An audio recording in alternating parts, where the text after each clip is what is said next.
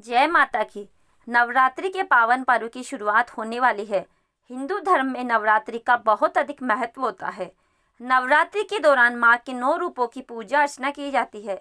नवरात्रि के दौरान भक्त माँ को प्रसन्न करने के लिए व्रत भी रखते हैं।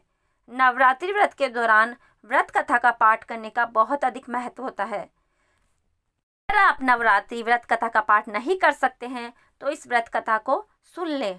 संपूर्ण देवी कथा। धार्मिक कथाओं के अनुसार एक बार बृहस्पति जी ने ब्रह्मा जी से सवाल किया कि चैत्र व आश्विन मास की शुक्ल पक्ष में नवरात्र का व्रत और उत्सव क्यों किया जाता है, इस व्रत का क्या फल है, इसे किस प्रकार करना उचित है, पहले इस व्रत को किसने किया। बृहस्पति जी के इस सवाल के जवाब में ब्रह्मा जी ने कहा, हे बृहस्पति, प्राणियों के हित की इच्छा से तुमने बहुत अच्छा प्रश्न किया है। दरअसल जो मनुष्य मनोरथ पूर्ण करने वाली दुर्गा, महादेव, सूर्य और नारायण का ध्यान करते हैं वे मनुष्य धन है। यह नवरात्र व्रत संपूर्ण कामनाओं को पूर्ण करने वाला है। इसके करने से पुत्र की कामना वाले को पुत्र, धन की लालसा वाले को धन, विद्या की चाहने वाले को विद्या और सुख की इच्छा वाले को सुख मिलता है। इस व्रत को करने से रोगी मनुष्य का रोग दूर हो जाता है, मनुष्य की संपूर्ण विपत्तियां दूर हो जाती है और घर में समृद्धि का वास होता है। बंध्या को पुत्र प्राप्त होता है, समस्त पापों से छुटकारा मिल जाता है और मन का मनोरथ सिद्ध हो जाता है। ब्रह्मा जी के अनुसार जो मनुष्य इस नवरात्र व्रत को नहीं करता वह अनेक दुखों को भोगता है और कष्ट व रोग से पीड़ित हो अंगहीनता को प्राप्त होता है। उसके संतान नहीं होती है और वह धन धान्य से रहित हो भूख और प्यास से व्याकुल घूमता फिरता है तथा संज्ञाहीन हो जाता है।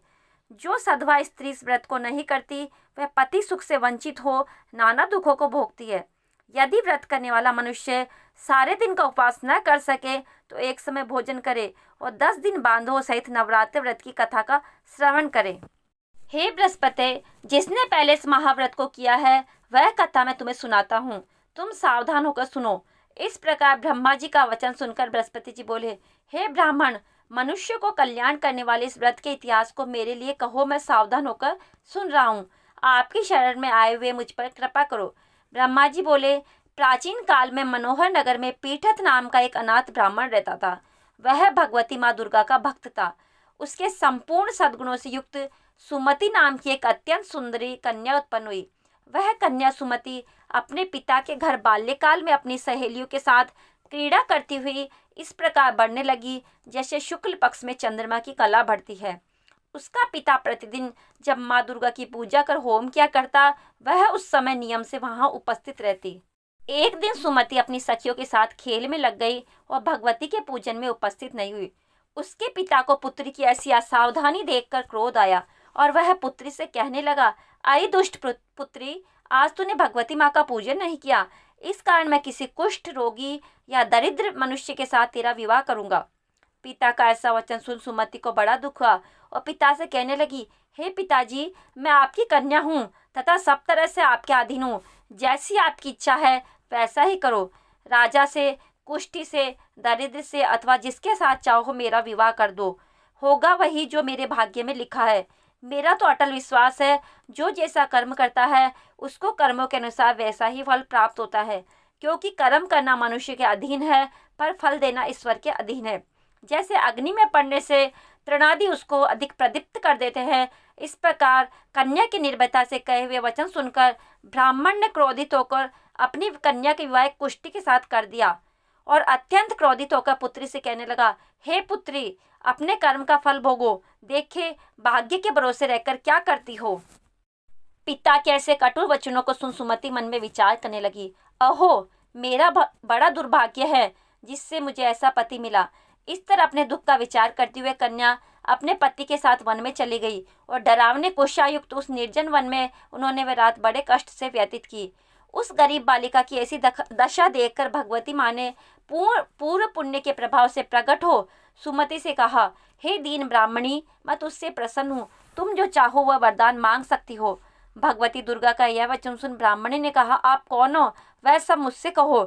ब्राह्मणी का ऐसा वचन सुन देवी ने कहा कि मैं आदि शक्ति भगवती हूँ और मैं ही ब्रह्म विद्या व सरस्वती हूँ।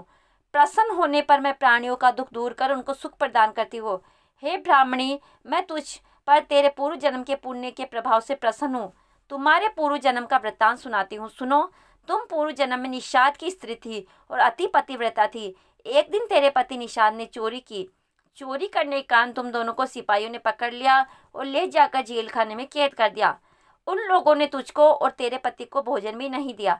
इस प्रकार नवरात्रि के दिनों में तुमने न तो कुछ खाया और न ही जल पिया। इस प्रकार 9 दिन तक नवरात्र का व्रत हो गया। हे ब्राह्मणी, उन दिनों में जो व्रत हुआ, इस व्रत के प्रभाव से प्रसन्न होकर मैं तुझे मनवांछित वर देती हूँ। तुम्हारी जो इच्छा हो सो मांगो। इस प्रकार माँ दुर्गा के वचन सुन ब्राह्मणी बोली, अगर आप मुझ पर प्रसन्न हैं तो हे माँ दुर्गे, मैं आपको प्रणाम करती हूँ। कृपा करके मेरे पति का कोढ़ दूर करो।